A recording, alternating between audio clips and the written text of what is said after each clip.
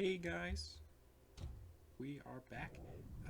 This is the Martian, and we got a little launch here, and you can see we have this SSTO I made. It's taking off right now.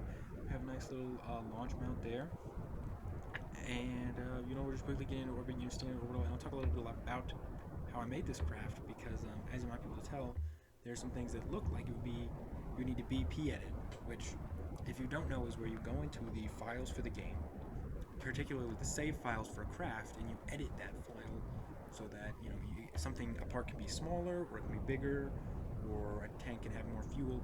Any number of changes you want to make. But I, in fact, did not have to do that. There's now a mod that has been released for the PC version of the game, only the PC version of the game at this time, that will let you, kind of do something similar to that in game, and it makes it very easy, and it's how I was able to make most of this craft. The majority of the things here are not edited in that way.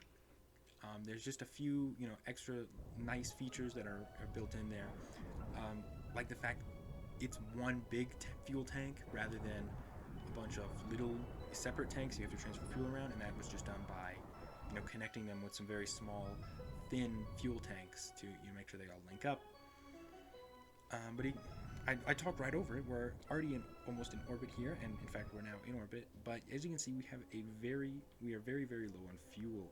As it's an SSTO, not too much once we get into orbit.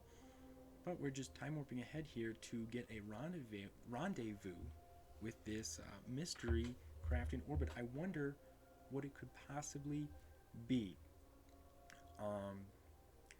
And you'll see here in just a second. Someone I just magically put a fuel tank here in orbit just for us to get fuel from. Isn't that nice of them? So we would be able to, refuel the ship, and we'll be going to our next destination, which, as you may have seen from the thumbnail and the name of the video, we'll be going to the moon. Just this one craft the whole time. All it has to do is it has to refuel 2 times, and that is, both times are in Earth orbit. So, and that's really just so that it can go, from the surface to Earth orbit, and then to the moon. It has to refuel in between those. But then, as you may notice, there are no heat shields on this entire craft, so we have to propulsively land, which takes about as much fuel as it would take to get to orbit, hence why we need to refuel back in low Earth orbit. But you can see here we are doing our transfer over to the moon, and we're doing that very quickly. So I wanted to use mostly that big engine there, the silver one, because it's much more efficient than the other one, but it was just so slow, and I'm very impatient, if you couldn't tell, and I just turned it on, and it ended up working, pretty good. Well, I think if I had used it much more, though, we wouldn't have been able. The fuel margins on here are a little tight, not super tight, but just enough to where you're like, I don't know if we're gonna make it. You can see here we're just getting our low apoapsis set around the moon, and we're actually going to be trying to land in the Sea of Tranquility there. I thought that would be a nice, fun thing to try, and just to, just to give us an extra little challenge, because landing on the moon isn't particularly hard.